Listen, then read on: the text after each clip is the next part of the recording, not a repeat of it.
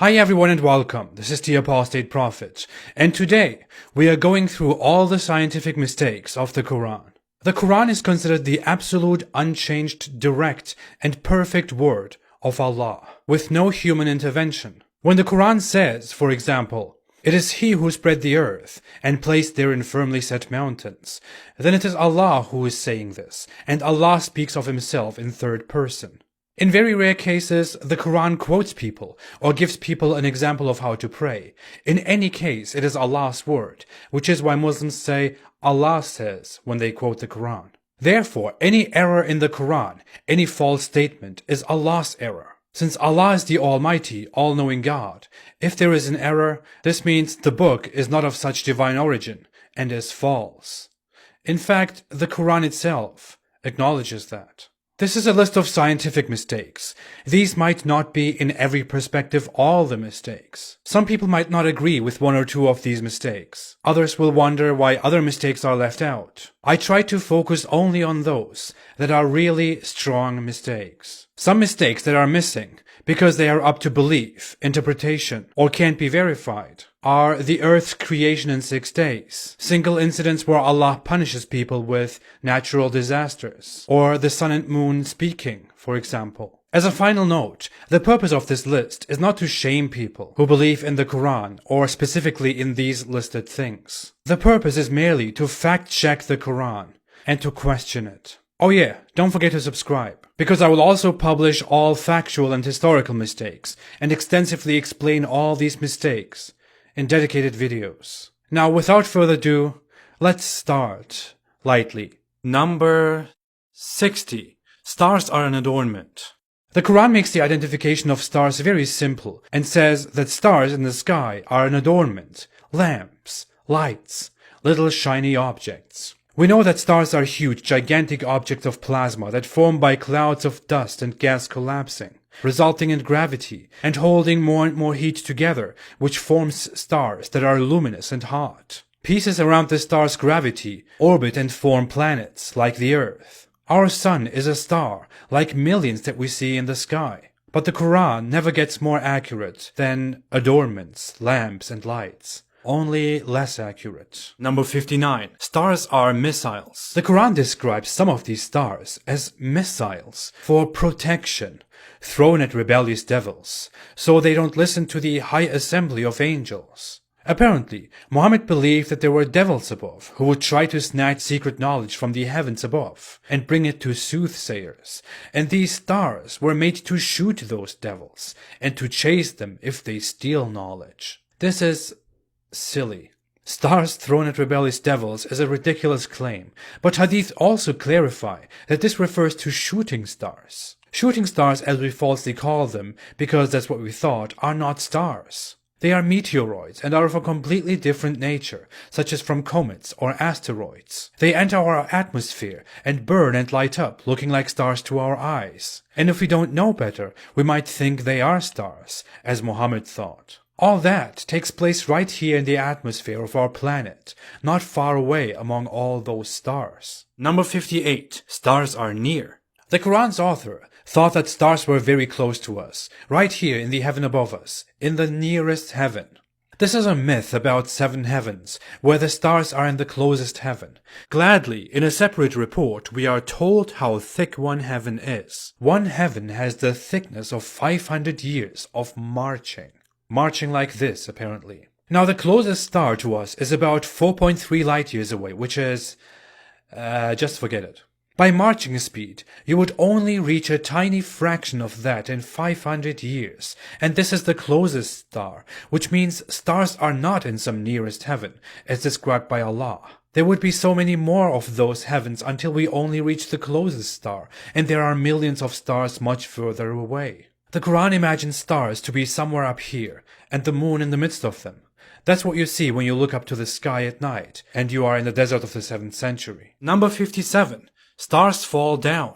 The Quran tells us that the stars will fall down before the Day of Judgment. As we understand by now, the Quran's author thought that they were little objects, lights, missiles, and they could fall down on us. Modern interpreters try to explain this verse differently, but Muslims in fact believed that the stars would fall down on the earth. The Quran verse says nothing else. If we look at commentators, the exegesis of Tabari mentions early reports that it means they would fall from the sky and lose their light. The exegesis of Jalalain says when they hurtle down towards the earth, the stars.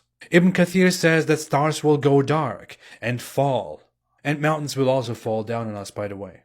Not only are stars so far away, we wouldn't be able to see them move around. For example, if a star is 4.3 light years away, we would only see a difference in that star in 4.3 years, because that's how long it takes for light to travel. The star would also travel for much longer than that to reach us if it fell, which is an absurd word, if it traveled toward us. We would never experience it within the lifetimes of the next few thousand generations. If a star came close to us, which is probably not even possible, because it wouldn't find a straight way to us, it would burn us up and annihilate us immediately, not fall down on the street so we could kick it around and play football. Number 56, 7 heavens, and number 55, 7 earths. The Quran says in multiple verses that there are 7 heavens or 7 skies above us, proving Allah's power. This can't refer to galaxies or solar systems, of which there are billions everywhere, not above us. It can't be universes, because by Muhammad's description, one heaven is not even big enough to reach the closest star. There would be millions of those heavens in our observable universe alone.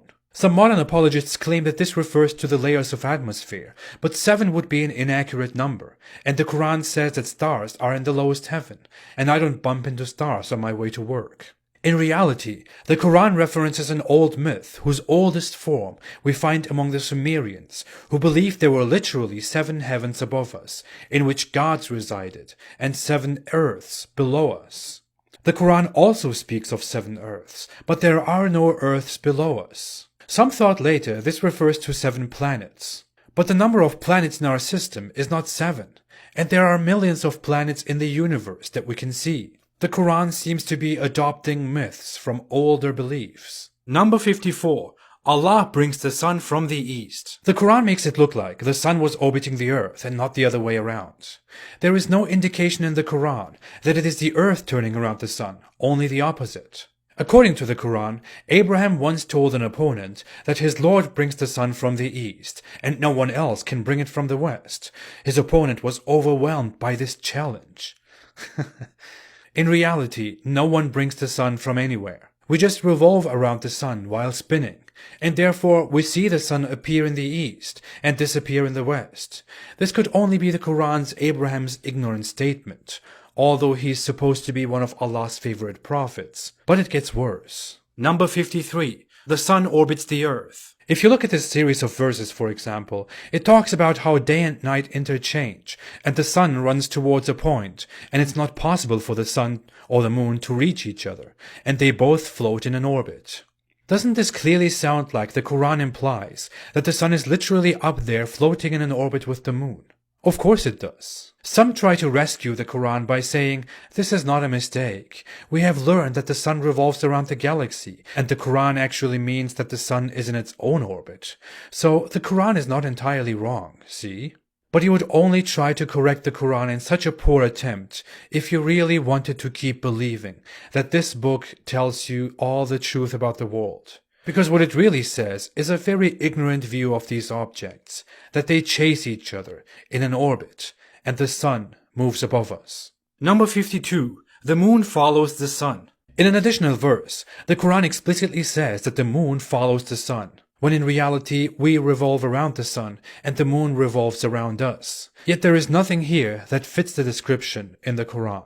When we don't know better, however, and we look at the sky in the 7th century, it might easily look like the two are following each other. That's what you would think. But it is far from reality, and reveals the Quran to be ignorant. Number 51. The sun and the moon can't overtake each other. Since the moon and the sun follow each other according to the Quran, it also says they can't overtake each other. But in reality, the sun and the moon move independently from each other, and the moon can occasionally get between the sun and us. And we call this a solar eclipse. When an eclipse happened in Muhammad's lifetime, he prayed for a long time. He was scared, and then told his people that this was a sign from Allah, that Allah does that to scare humans, and that we should pray when it happens. because the Quran says it can't happen, but suddenly it happens. This is still believed to be true in fundamentalist Muslim circles. Number 50. The sun and the moon will join. But the Quran teaches us that the sun and the moon will join one day, at the end of time. That's a very weird thing to say, because even if the moon was hypothetically shot out of the Earth's orbit, it would take a long time for the moon to reach the sun. The moon would probably burn and be destroyed before it could possibly collide with the sun.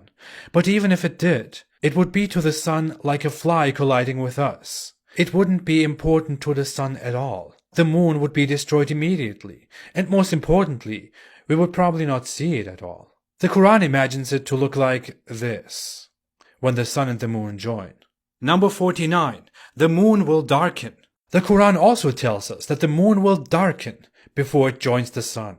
Someone should tell the eternal author of the Quran that the moon is already dark, by default. It only becomes bright because the sun shines on it, and the sunlight reflects off the surface of the moon, which gives us light at night. Moreover, if the moon was moving toward the sun, considering that this verse comes before the verse which says the two would join, then the moon wouldn't go dark. It would be even brighter, because its light is the sunlight, and for a while we would see that brightness slowly fading away, and it would be extremely bright before its collision. But we would never see that. The Quran is absolutely wrong. Because, number 48, the moon is a light. According to the Quran, Allah made the sun a torch and the moon a light, and the moon will go dark. The author of the Quran didn't know that the moon doesn't have its own light, that the moon is only brightened by the sun which shines on it, just like our planet Earth, which is only bright and has day when the sun shines on it. Otherwise the Earth is dark. Likewise, the moon is by default dark. This is a disastrous error in the Quran. Number 47. The moon was split in two. And yes, the moon was split in two. This could also be included in historical mistakes. But the Quran tells us that the moon was split in two, and this was a sign of the end of time to come. Funny, it's been 1,400 years and we haven't seen the end of the world yet. The moon was also never split in two. Such an event would have been seen almost in the entire known world, and yet no one ever, not even the Romans, Persians, Chinese or Indians, civilizations that were very good at writing things down, reported any such outstandingly amazing event. They all just ignored it. The moon was split in two, but they thought, who cares? The only source we have is Islam. Some Muslims even have claimed that NASA took photos of the moon and saw a rift which proves this miracle, but NASA respectfully debunked this by showing us more riles and saying that you shouldn't believe everything you read online. Number 46. The night rapidly chases the day. The Quran says that the night covers the day, and the day the night, which is horribly described, and we'll come to that in a second, but it further says that the night and the day chase each other rapidly. The Quran says that because that's the case in Arabia. In Iceland, you won't remotely have the same thing. It will look like the night really takes its time. In Tromsø, Norway, the night is gone for 2 months. Doesn't look rapid at all. Number 45. Night and day are entities that enter each other. The Quran weirdly says that night and day are entities that go into each other, that enter each other. The night is darkness. Darkness is default, because we can't see the sunlight, and we see space with our bare eyes, and we call this night. The sun, which is again running in this verse, simply appears to us when we face it, and gives us sunlight, which we choose to call day. There is nothing entering each other or mixing into each other here, just the sun appearing and disappearing. Number 44. The night covers the day. Let's look at this again in another verse. Chapter 13 verse 3 tells us that the night comes and covers the day, causing the day to go away. Seriously, let's read the verse. And it is he who spread the earth, and placed therein firmly set mountains and rivers, and from all of the fruits he made therein 2 mates. He causes the night to cover the day. Indeed, in that are signs for a people who give thought. There is so much to say here, but we'll come to that. The Quran verse in every translation says that the night covers the day. Imagine this as a veil, the night covering the day and causing the world to go dark. Of course, a 7th century person in the desert of Arabia would imagine it that way, but it is pretty common sense, not even common sense, it is reality, that night and day are just results of the sun's presence and absence. If we are exposed to the sun, it is bright, and we call that day. If the sun is out of sight, it becomes dark, which is the norm, because we are now without sunlight, and just face outer space directly, and we call this time night. The night is not a fascinating phenomenon, not an object, not something special, not a veil. It doesn't look like this. Number 43. Day, night, sun, and moon. You might have noticed by now that the Quran can't properly explain day, night, sun, and moon. The Quran thinks that day and sun are two separate things. It clearly says that the day reveals the brightness of the sun, when the brightness of the sun is actually what causes the day, daylight. Look at the wording. By the day, when it displays the sun, and the night when it covers the sun.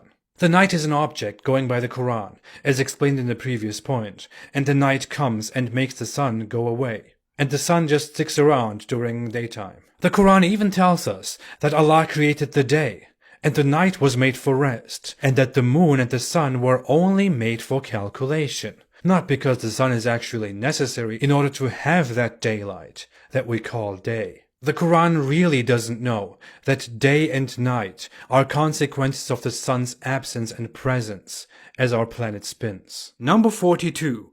The rising place of the sun. On top of all that, another verse talks of a place where the sun rises. Yes, the Quran believes in a literal rising of the sun. See how it describes that the sun was rising on a people who had no shelter against the sun, because the sun was so close, because it was the rising place. When you read the Quran through, you don't even properly pay attention to this. If you think about this verse for a second, you'll think, wait, what? But I wonder what else the sun does. Number 41. The sun has a resting place. When it doesn't help us make calculations, the sun stops and rests somewhere. The Quran tells us that the sun runs toward its stopping point, or to be linguistically more accurate, to its fixed resting place. Translators and interpreters of the Quran are so embarrassed by this, they translate this as the sun runs for a fixed term. But more honest translators tell us the truth. In fact, this is supported by an entirely authentic report by which Muhammad tells to a believer that the sun goes to rest at sunset and asks for permission to rise again, and one day the sun will rise from the west. Narrated by Abu Dhar. The Prophet asked me at sunset, "Do you know where the sun goes?" I replied, "Allah and His Apostle know better." You should have never said that. He said, "It goes till it prostrates itself underneath the throne and takes the permission to rise again. And it is permitted. And then a time will come when it will be about to prostrate itself, but its prostration will not be accepted. And it will ask permission to go on its course, but it will not be permitted. But it will be ordered to return whence it has came, and so it will rise in the west." And that is the interpretation of the statement of Allah, and the sun runs to its resting place. That is the decree of Allah, the exalted in might, the all-knowing.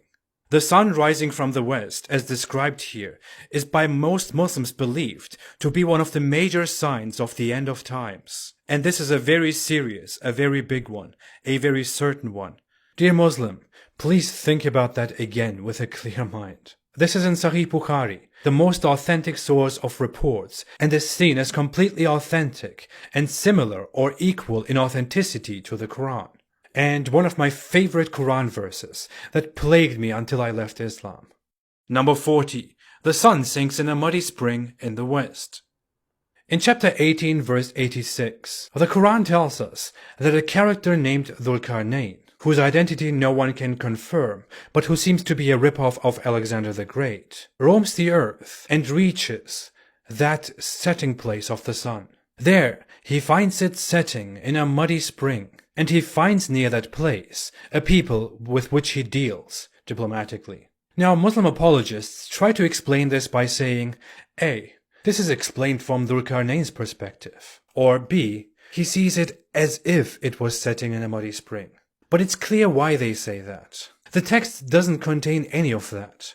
In the text, it is Allah who clearly describes that Dhul Qarnayn went to the setting place and found the sun setting in a muddy spring. Why would Allah describe it in the glorious Holy Quran with Dhul-Qarnayn's ignorant assumption, who is supposed to be his mighty guided commander, by the way, by biblical standards a prophet? This is ignorance and superstition that Islamic scholars run away from, cover up, and desperately try to explain differently. This verse completely reveals the primitiveness of the Quran and discredits the whole religion. How you could explain this reasonably is that Muhammad and his companions didn't know about the shape of the earth and our solar system, so they thought the sun just goes up and down, and everyone in the world, no matter where you are, sees it that way at the same time. And no matter how far west you go, you just can't seem to reach the sun. But this character called Dhul-Qarnayn of course reached it, and found it setting in a muddy spring. Because that's what it looks like when you look out to the ocean at sunset, and you're an ignorant man in the 7th century. Number 39. The sun indicates shadows. What would you think if someone came and said, "Isn't it amazing that shadows are not static? They move. And the sun seems to be an indicator for them." Wow. In all honesty, what would you think of that person? What if it was the Almighty Allah? Have you not considered your Lord, how he stretches out the shadow, and if he willed, he could have made it still? Then we appointed the sun as a guide to it. Then we withdraw it to ourselves gradually. Shadows are just the result of the lack of light. A shadow is darkness, the absence of light. If sunlight doesn't reach a spot, you see what we call a shadow there. What is the Quran talking about? As you might notice, the Quran again fails to establish the correlation between daylight and the sun, and just makes the sun a device that oversees things, beside its function of being a calculator, of course. Well, the Quran even says that shadows, non-objects, prostrate to Allah. The absence of light prostrates to Allah. Number 38. No North Pole and no South Pole. We can see further how the author of the Quran doesn't understand the sun and the solar system. The Quran gives people explicit time instructions based on the movements of the sun, on when to pray or when to fast. For example, establish prayer at the decline of the sun until the darkness of the night and at dawn. Or start fasting when the white thread of dawn becomes distinct from the black of the night,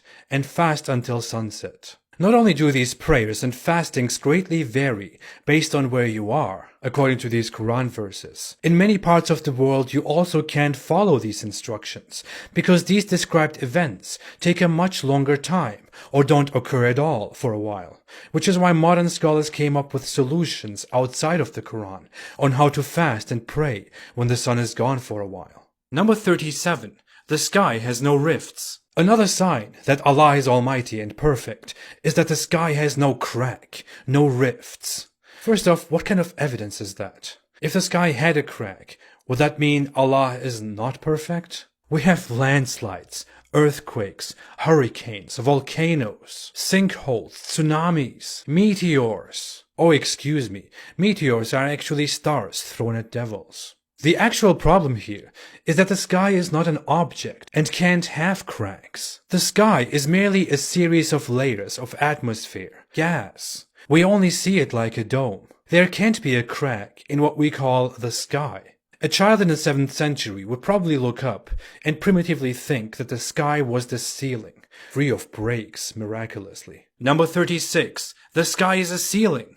The Quran literally tells us twice that the sky is a ceiling.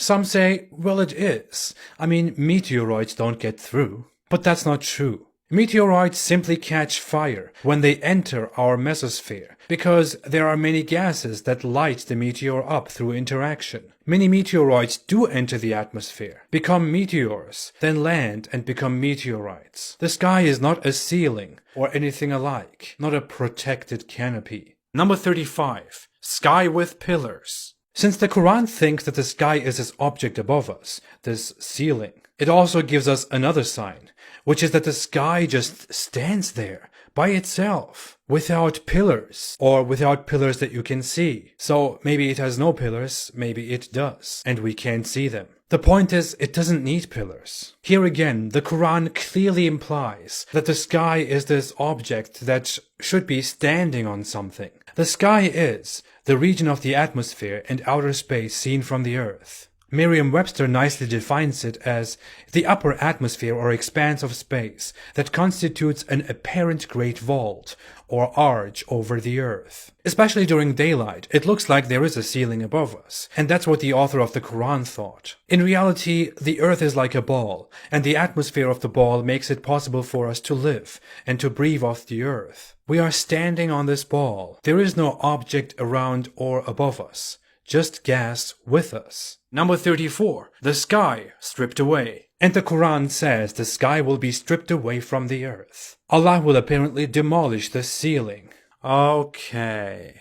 Well, good luck with that. Number 33. The sky falls apart. The Quran tells us that if pieces of the sky fell down, the disbelievers would think these were just clouds and wouldn't be scared because they are disbelievers. The Quran thereby fortifies its ignorance and its assumption that the sky is this object of which pieces could fall apart and down on us. The Quran even repeats this narrative in form of a threat to the unbelievers. Number 32. The sky folded up. Almighty Allah, author of the Quran, even tells us that He will fold up the sky with His right hand before the Day of Judgment and create everything from new. The Quran assumes again that the sky was an object that could be rolled up in Allah's right hand. Number 31. The heaven and earth were joined. Some claim that in the Quran there is a miracle of accurately describing the Big Bang. This supposed miracle is found in chapter 21 verse 30. It reads, "Have the unbelievers not considered that the heavens and the earth were a joint entity, and we separated them, and made from water every living thing?" First off, proponents of this miracle don't understand the Big Bang, because the Big Bang is not an explosion of a mass, and this mass separating into planets. It is merely space rapidly expanding into itself, and matter developing and forming galaxies, solar systems, and objects like our Earth. I would suggest Kurzgesagt's video on this for an easy understanding of the Big Bang. Aside from that, this Quran verse is plain wrong, and there is not even anything to argue with or to debunk here. It is just talking nonsense. The heavens are not a thing anywhere, except outer space, which is nothingness. And the earth came into existence as an object, and wasn't previously sewn together with the heaven. Number 30. Earth before heavens. Usually, when talking about very ambiguous Quran verses, many believers try to desperately defend the Quran and say something like, "This is only metaphorical. You're not understanding it." But what exactly does this following verse explain? It is He who created for you all of that which is on the earth. Then He directed Himself to the heaven, and made them 7 heavens, and He is knowing of all things. The Quran tells us that Allah created the earth first, before He created the heavens, in which, according to other verses, the moon, the sun, and the stars are to be found. And that can't be our atmosphere. This appears in 2 occasions in the Quran. He created the earth, and then He turned Himself toward the heavens. In reality, the earth came into existence after outer space, and after the sun, after the galaxy, after many other stars, and after the universe that all these depend on. The Quran is clearly wrong. Number 29. Heaven was smoke. While we're here, let's also pick this sweet narrative that the heaven was smoke after the earth was already prepared, and that it came into existence by itself after Allah said to the heaven, "Come into being willingly or by compulsion," after which the heaven and the earth said, "We have come willingly." If we just skip this ridiculous conversation part, the smoke thing here is completely pointless. No such thing ever happened. The heaven is again not a thing, and there can't have been a smoke either. The heaven, which would include outer space, according to this Quran, can't be smoke when the earth is already in existence. Number 28. Mountains placed into the earth. The Quran tells us that mountains were at some point placed into the earth by Allah as pegs. He did us a great favor by just putting those huge things into our earth, so that our earth is stable, right? In reality, mountains are not specific separate objects like pegs that were placed into the ground. They are part of the ground we walk on. They are the ground. Mountains form over very long times. The earth consists of crusts, continental plates that constantly move and crush into each other, and then push under or above the other, and form a mountain that can become huge over millions of years. They are still moving and evolving, and may slowly disappear or become bigger. According to the Quran, these are ridiculously a bunch of pegs, like these toys. I wonder what they do. Number 27. Mountains prevent earthquakes. And the Quran even claims that these mountain things prevent earthquakes. That's why they are planted into the earth. Now I get it. If you honestly Google for such a claim, you only find Islamic or pro-Islamic sources, and some that claim scientists recently confirmed that mountains prevent earthquakes. Miracle alert. If we count Zakir Naik, the medical doctor, as a scientist, this is probably true. If you look for credible sources, you easily find that many mountains cause earthquakes, normally, because they are just part of the plates under us, and with movement they can cause earthquakes. This is one of the biggest hoaxes in the Quran, that many people in our time actually believe in. Number 26. Mountains will be removed.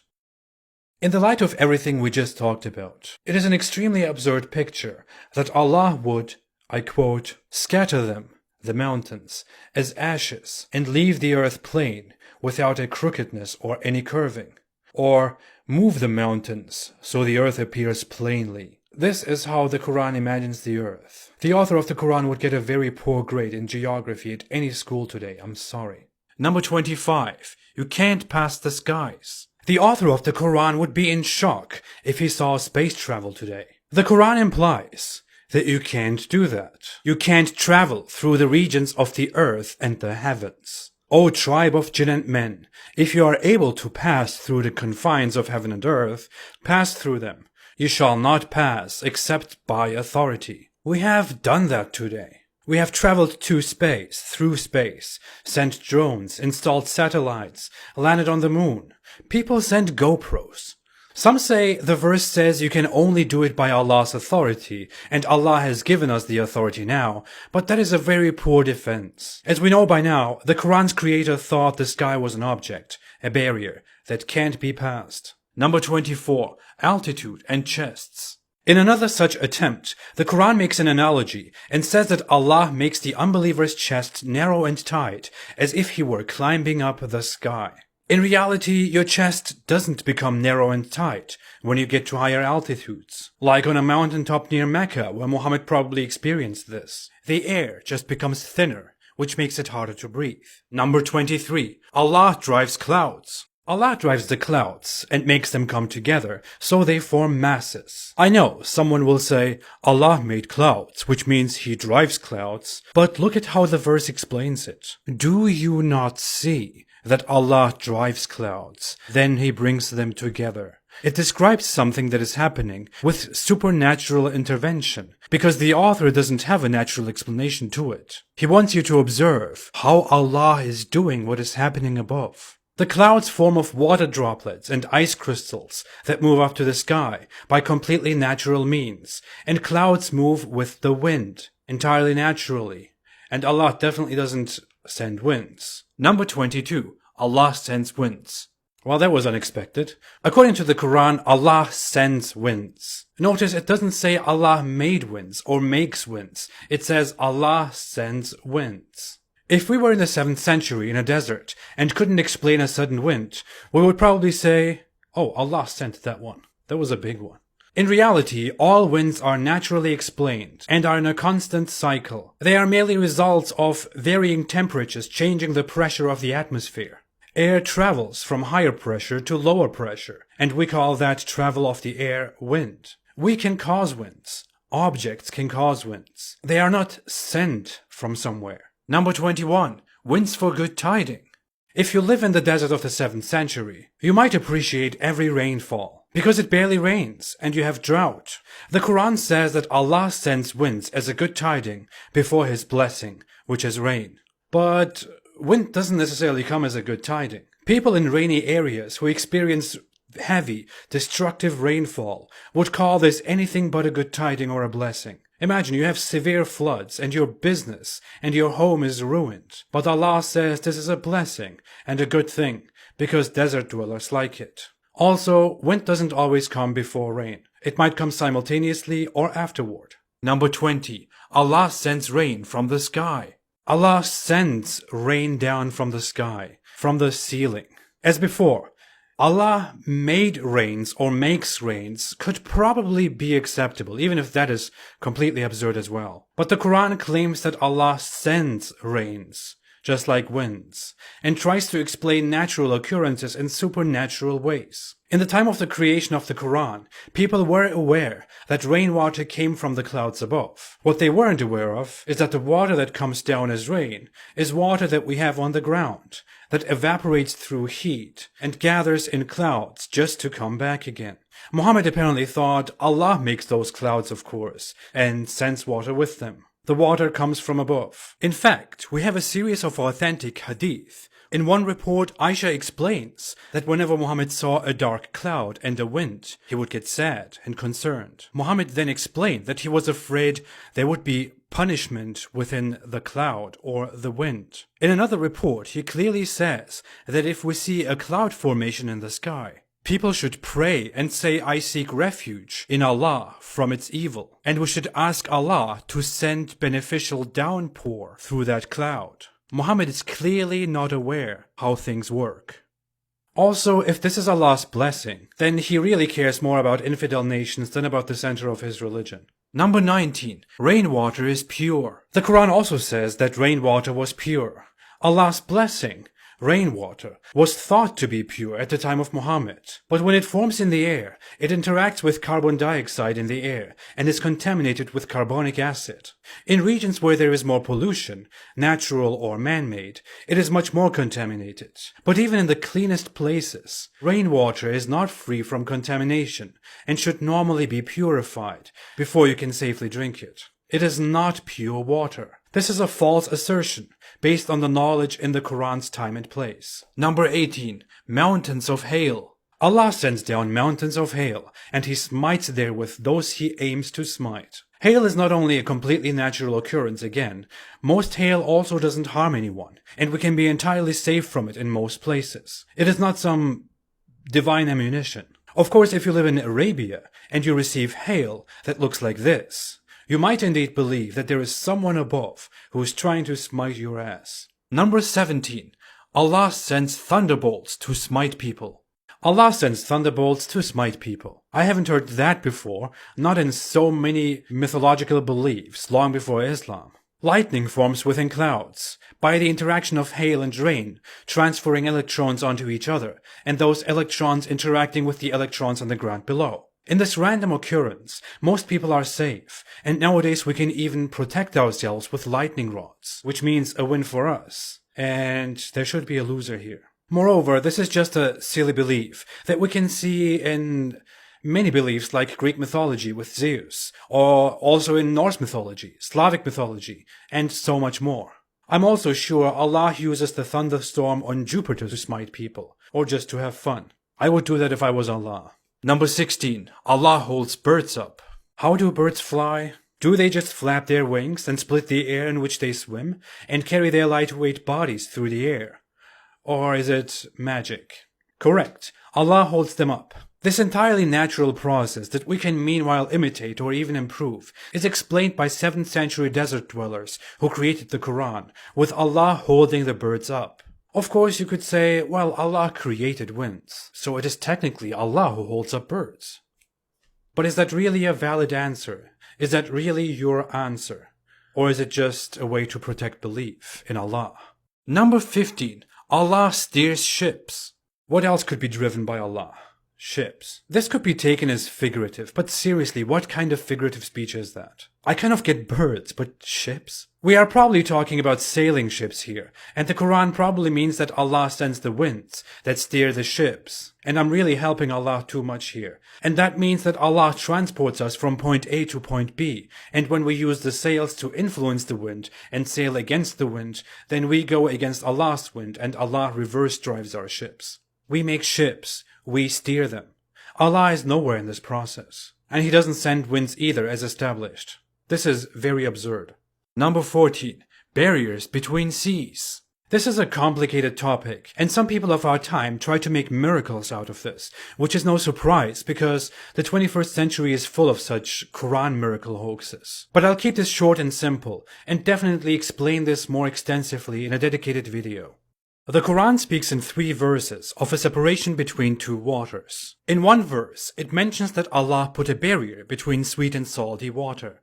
And in two other verses, it says that there is a barrier between the two seas. If you search for this topic on Google, almost all search results will be again about Islam and Muslims, because no one else cares. Because Muslims try to explain the assertions in these verses, because such a thing doesn't really exist. There is no place on earth where two seas don't really mix into each other. And there is no place where two waters, salty or sweet, don't mix. They only mix below the surface and can't be seen from above due to their different qualities that they transfer into each other when they mix. The Atlantic Ocean and the Mediterranean, for example, have different qualities based on their depth, the area, and many other factors, which is why the qualities of the water in the Mediterranean are preserved, just as the qualities of the Atlantic Ocean. The water mixes at this point, but it merely changes the water that is transferred into the other sea. The qualities are preserved on both sides, based on entirely natural circumstances. The only thing the Quran could mean, and be kind of accurate about, is that the two seas, the Mediterranean and the Red Sea, are separated by land. Popular topic, which looks like a divine barrier. But can you really call this a barrier between two seas? Number 13. All life is in communities. Quran chapter 6 verse 38 says that all living beings are in communities like humans. This has two interpretations. One is that they all live in communities, which is outright wrong, since many animals are completely solitary and hang out by themselves for life and fight and protect territory, like most bears, especially wolverines. Some are born alone, grow up alone, live alone, and die alone, like sea turtles. The second interpretation is that this means all animals have a specific kind, a set species. But this is not true either. Many animals form by evolving and becoming something different, which is completely proven. As they change and reproduce, they become groups and mix into each other, or out of each other. There is absolutely no plan in this. We can even have influence on this and create them, like domesticated dogs out of wolves, of which we make breeds that can be very unique too, like our sweet Labradoodle. Number 12. Everything in pairs. According to the Quran, everything comes in pairs, in mates. This is far from the truth. In reality, we have many animals that don't mate, that don't have two sexes. We have those that reproduce by themselves. We have animals with two sexes, more than two sexes, one sex, etc. The New Mexico whiptail is only female, for example, and reproduces without mating, which completely debunks the Quran's claim. Other animals don't have two sexes, or are hermaphrodites. They have all the organs. A 7th century man couldn't have known this, but we know, and we can immediately discard this assertion of the Quran as baseless and very clearly wrong. Number 11 and number 10, plants in pairs and fruits in pairs. In fact, we can go ahead and count two more mistakes and dismiss both of them with the same explanation. Neither plants nor fruits have necessarily all two mates, or a limit of two mates, and many reproduce by themselves, like dandelions, that spread asexually by seed. Fungi reproduce asexually. The statement about fruit is completely ridiculous. There is no such thing as fruit coming in pairs. There is no accurate interpretation to this. There is no A apple and B apple. There is no male apple and female apple, or male pear and female pear, or male banana and female banana. Nor is there a counterpart to apples, or a counterpart to bananas. The verse about fruit is completely wrong, ignorant, just weird. What the perfect book that was supposedly sent by the all-knowing Allah didn't know can be learned in biology classes at school. Number 9. Milk from livestock is pure and agreeable. The Quran claims that milk from livestock is pure and agreeable. If we go with cow milk, for example, most cow milk is infected with bad bacteria and needs to be pasteurized. This could be better under better circumstances for the cow and a better environment. But even under natural circumstances, it is hard to get clean milk. So it pretty much depends on human effort and the cow to actually achieve pure milk. Allah is not telling us the whole truth here. Besides, 75% of humans are lactose intolerant, and that has been around for over 10,000 years. And if you are lactose intolerant, then you can't get around it. No matter in what condition the milk is, as pure as possible, dirty or pasteurized, it won't be entirely agreeable with your body. Some Muslim sources will tell you that you will be fine if you drink raw milk, but that is only because otherwise Allah's promise will be broken, as it is in reality. Number 8. Milk between filth and blood. The Quran also says that Allah gives you milk to drink from between filth and blood. Delicious, fascinating, magical. This probably sounded fascinating to early Muslims. In reality, grass is very naturally processed and turned into milk, far away from any filth. The animal simply processes useful elements of its food and turns it into milk so the animal can feed its offspring, just the way it also dissects other parts of the food and feeds its own body, just the way it turns some of it into poop, which the Quran doesn't proudly declare as a sign of Allah. Number 7. Sperm comes from between backbone and ribs. Where does sperm come from? Does it come from the belly, breasts, ears, eyes? We know it comes from testicles. But according to the Quran, it comes from between backbones and ribs. Because what the Quran says is clearly nonsense, there are some theories on what this verse could actually mean.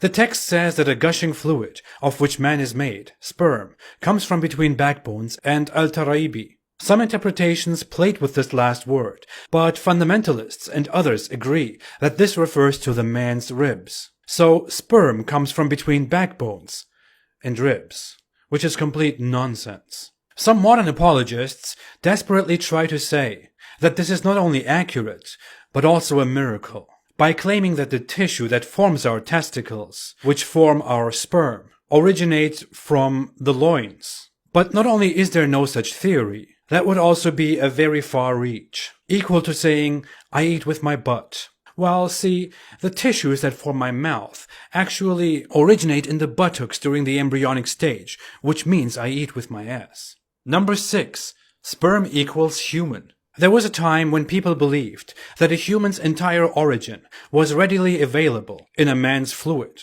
the sperm. You are here, in this sac. You go through a race with other sperm and then start forming inside your mother. Actually, many people still believe that. And the Quran tells us the same story.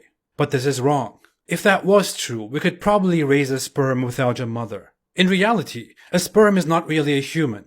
A sperm out of millions goes into a mother's uterus and encounters the ovum from the mother.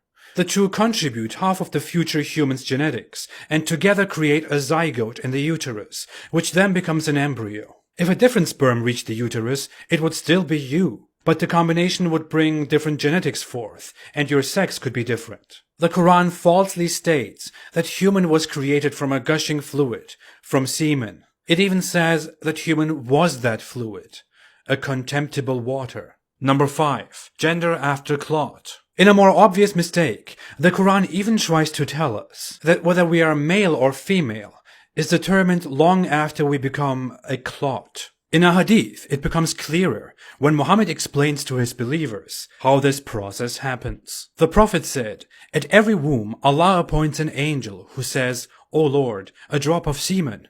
O Lord, a clot.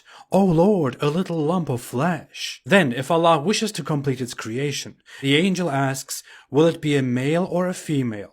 A wretched or a blessed? And how much will his provision be? And what will his age be?' So all that is written while the child is still in the mother's womb." I know the rest of this is very ridiculous as well and makes no sense, but that is a different topic for a different day. As you can see, Muhammad clearly says that the angel asks Allah and then gives the lump of flesh a sex while it is in the womb.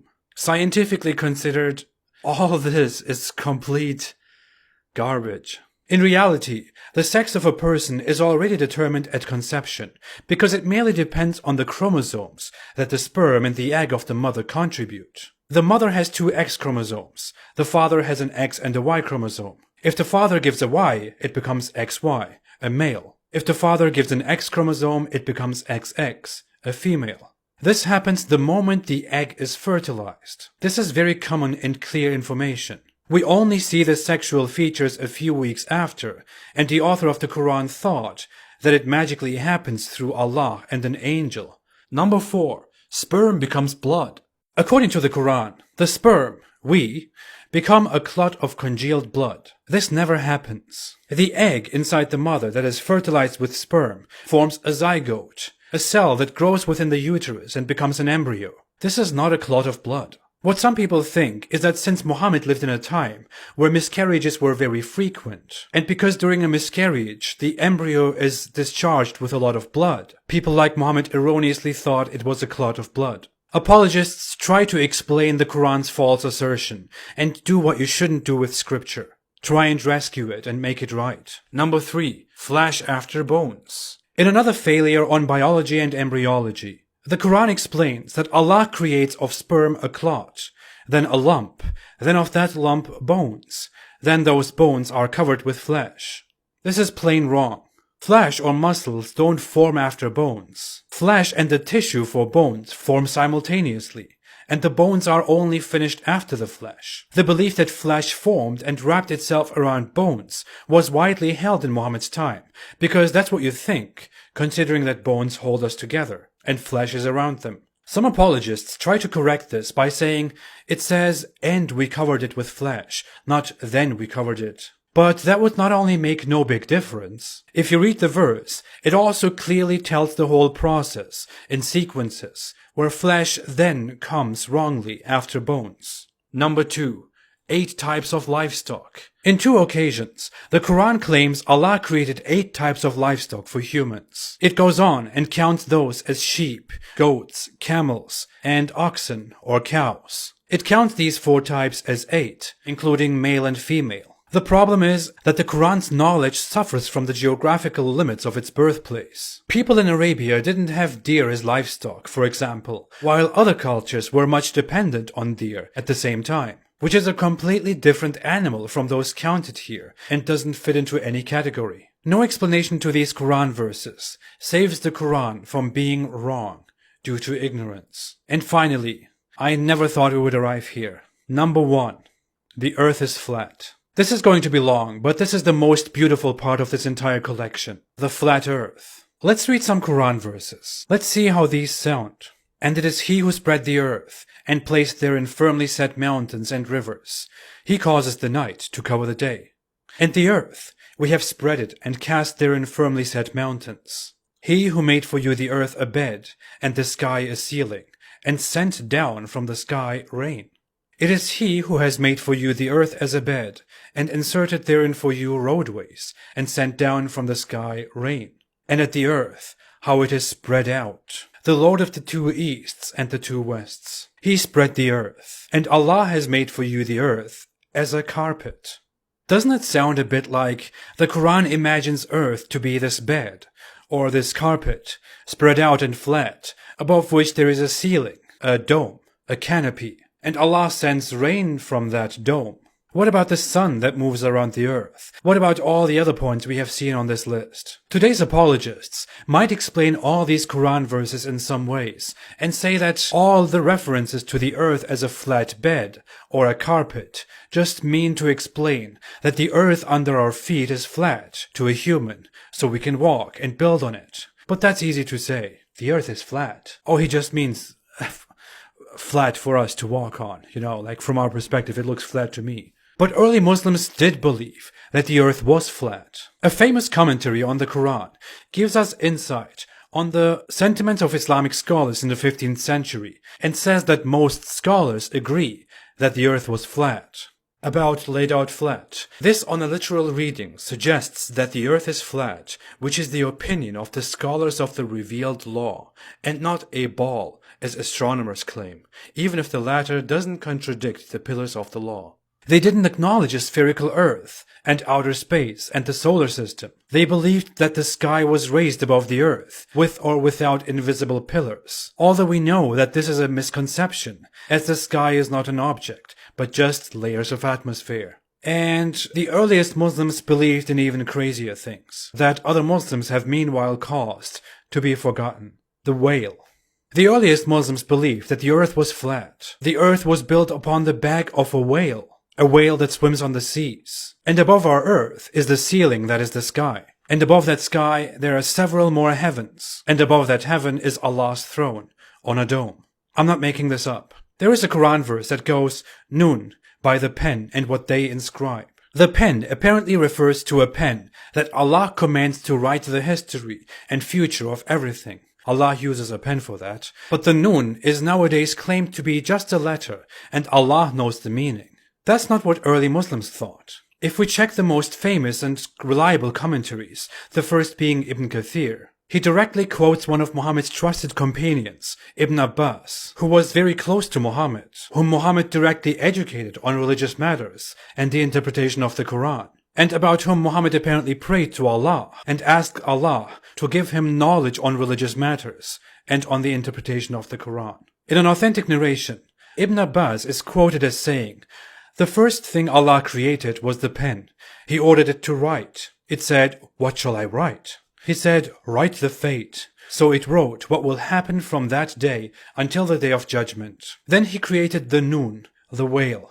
Then he raised the water and created the heaven with it and laid the earth on the back of the Nun. The Nun moved, and so did the earth. So it was fixed down with mountains." The Nun is the great whale that holds the 7 earths, as the Tafsir again casually points out. If we look at one of the earliest commentaries of the Quran, which Ibn Kathir quotes, the Tafsir of Tabari, we see that he says that the earth was made on the back of a whale and gives us the same narrations and more narrations that the earth was made on the back of the Nun.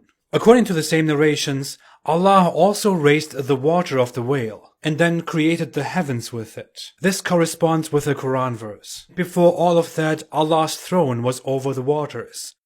This entire narrative about the flat earth and the whale is repeated in multiple Islamic sources, such as the tafsirs, the exegesis, the commentaries of Tabari, Qurtubi, Ibn Kathir, Jalalain, and many other scholars. Later, this story became more and more unknown and forgotten because it was awkward. It is extremely embarrassing and reveals once again the primitive and ignorant nature of the Quran. And only many centuries after Muhammad's time did scholars say that the earth might be round, later that it is likely round, then that it is almost certainly round, then that it is clearly round, and each time they claimed the Quran accurately described it, as they do today. It doesn't. The Quran says the earth is flat. The end. And these are the scientific mistakes of the Quran. If anyone, especially Muslim apologists, has any problems with any of these points, I would always appreciate responses. To everyone else, especially to Muslims, I would like to say, maybe read these verses. Think about them honestly. Think about the fact that you believe Allah gave you a brain that you should use. Allah gave me a brain. He tells me that in the Quran. He tells me to think. Can I really be blamed for questioning? For daring to think? What do you think about these Quran verses when you read them? What would anyone think without trying to make up excuses and explanations that try to save the Quran? Here we have over 60 mistakes in over 100 Quran verses, and these make sure that this book, that is supposedly the direct, unchanged word of Allah, is certainly not from an all-knowing creator of the universe, but rather from someone who lived in the 7th century and didn't know the world better than you and I do. There is no reason to believe in it. It doesn't even need to be debunked. People are trying to save it, because if you just reveal the verses of the Quran and lay them down as they are, the Quran destroys itself. I'm only here to help. Thanks for watching. And please share this everywhere so we can spread the word. If you want to help me create more and spread more knowledge, you can always consider supporting me on Patreon or on apostateprophet.com. Thank you all so much. I will be back with so much more. Have a great day and stay away from Islam.